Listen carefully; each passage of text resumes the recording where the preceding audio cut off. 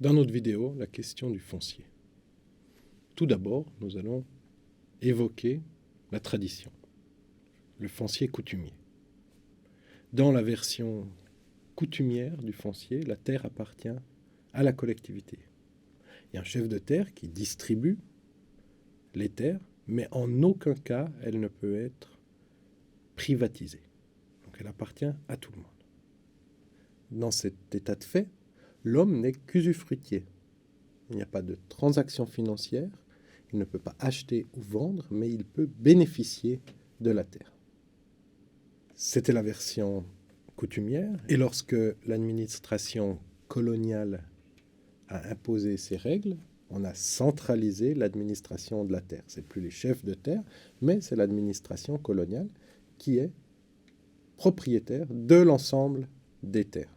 C'est elle qui va ensuite distribuer, titrer. Donc on passe d'une propriété collective à une propriété privée, et l'on passe bien évidemment d'une gestion communautaire à une gestion centralisée.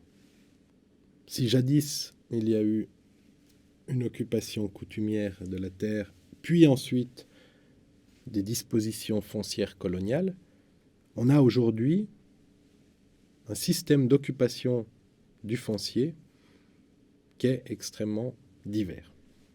On a à la fois la propriété privée, mais on peut aussi avoir le bail enregistré, la location sous forme de coopérative. Il reste encore des occupations coutumières, et puis il y a toute une forme intermédiaire qui va de la propriété et du titre foncier le plus strict jusqu'à l'occupation totalement informelle, avec entre deux justement toutes ces phases intermédiaires que l'on peut trouver.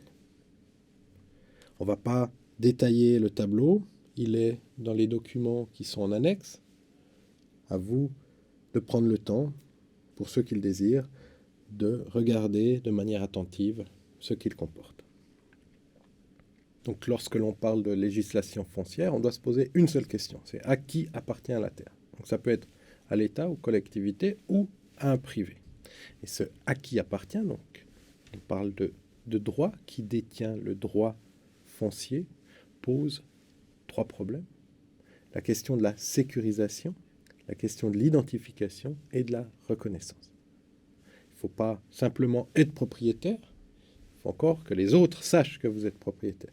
Il faut encore que ce soit inscrit. Il faut encore que mon droit de propriété, je puisse le garder au fil des ans et que quelqu'un ne se l'approprie pas.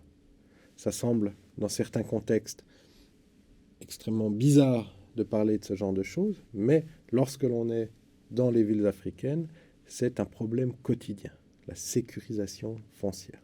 J'ai un bien, comment je vais pouvoir faire en sorte que je garde mon bien le plus longtemps possible. Quelques constats maintenant sur le foncier. Alors en Afrique subsaharienne, on a une forte croissance horizontale. Pourquoi ? Parce que le foncier, finalement, est moins cher que la construction à étage. En même temps, on a un processus de décentralisation qui veut dire qu'on doit redécouper les territoires et on se rend compte qu'on a de nouveaux périmètres d'intervention et que chaque collectivité a un nouveau périmètre avec une redéfinition totale des droits fonciers.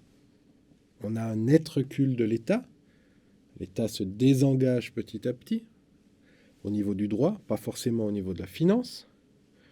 On a les propriétaires qui ont leur mot à dire. On n'est pas sur juste le rôle de l'État et des collectivités publiques, mais le propriétaire final, l'usager final, qu'il soit propriétaire ou non du reste, est un élément important de l'équation.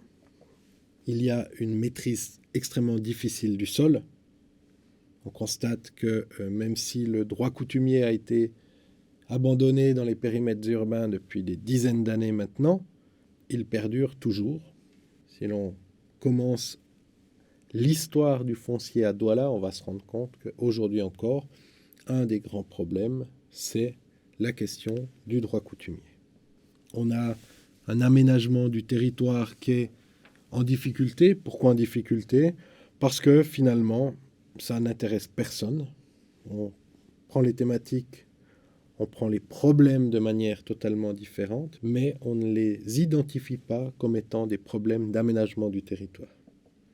Alors voilà, lorsque l'on parle de foncier, on a vu quelques problèmes, on n'arrive pas à maîtriser. Donc ça veut dire que l'étalement urbain continue, ça veut dire que la ville se développe sans qu'il y ait de maîtrise stricte de la part des collectivités publiques ou de l'État sur le sol. Et du coup, il faut se poser la question, que faire? Est-ce qu'on doit anticiper ou est-ce qu'on doit rattraper? Là, on est sur le cas d'école, sur une hypothèse où on peut choisir. L'anticipation est extrêmement difficile. Il y a peu d'exemples où ça a fonctionné. On est quasiment toujours sur des rattrapages. Pourquoi? Parce que les pratiques sociales, parce que la demande, parce que la pression démographique sont dans tous les cas beaucoup plus rapides et beaucoup plus fortes que la réaction d'une administration, qu'elle soit centrale ou décentralisée. Donc on n'arrive pas à anticiper les choses et on est constamment dans des mesures de rattrapage, en tout cas au niveau du foncier. Le bidonville, les quartiers précaires, nous montrent un exemple extrêmement frappant sur ces thématiques-là. C'est-à-dire qu'on a laissé faire. Pourquoi? Parce qu'il n'y avait pas d'autre possibilité que de laisser faire. Et une fois que le bidonville est en place, une fois souvent qu'il s'est durcifié, on essaie, tant bien que mal, de créer des voiries et de faire de l'aménagement foncier, de donner des titres aux gens, de créer des parcelles dans des quartiers précaires. L'anticipation serait sous forme de lotissement, mais on l'a vu tout à l'heure, le lotissement est souvent fait pour de bonnes raisons, mais aussi pour de très mauvaises raisons. Enfin, il y a quelques autres grandes questions foncières lorsque l'on se projette dans l'avenir, questions un peu prospectives, c'est de savoir comment est-ce qu'on va gérer les ressources, car on imagine que ces ressources ont une fin. Donc on va essayer de comprendre et d'imaginer comment est-ce qu'on peut continuer à faire de la parcelle tout en sachant qu'un jour, il faudra réduire en tout cas, peut-être pas stopper, mais réduire la progression rapide des lotissements. Se pose la question financière aussi, puisque c'est une des grandes économies urbaines, le foncier, savoir quels sont les mécanismes qui permettraient de récupérer une partie de cette plus-value foncière qui est créée par le foncier.